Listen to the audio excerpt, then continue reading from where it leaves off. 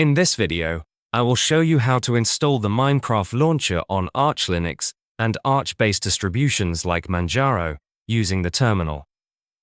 First, open the terminal on your Arch Linux system and make sure you have a working internet connection. The first thing you need to check is whether Git is installed on your system.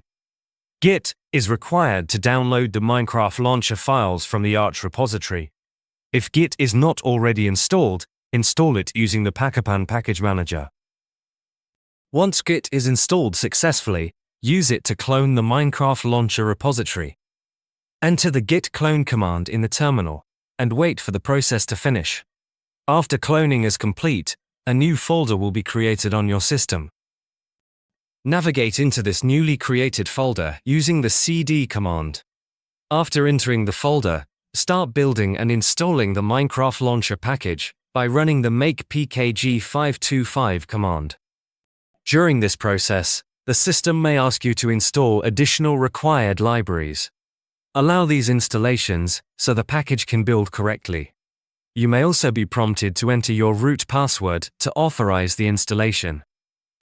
The building and installation process can take a few minutes, so make sure you do not close or interrupt the terminal while it is running. Once the installation process is complete, you can close the terminal. The Minecraft launcher will now be installed on your Arch Linux system. When you open the launcher for the first time, it may ask you to update to the latest version. If prompted, proceed with the update normally. After the update finishes, the Minecraft launcher will be ready to use on your system. Before you finish, it's important to keep your internet activity secure, especially when downloading files and using online services. Using a trusted VPN like NordVPN helps protect your data and privacy from potential threats. NordVPN also comes with a risk-free money-back guarantee. You can find the NordVPN link in the description.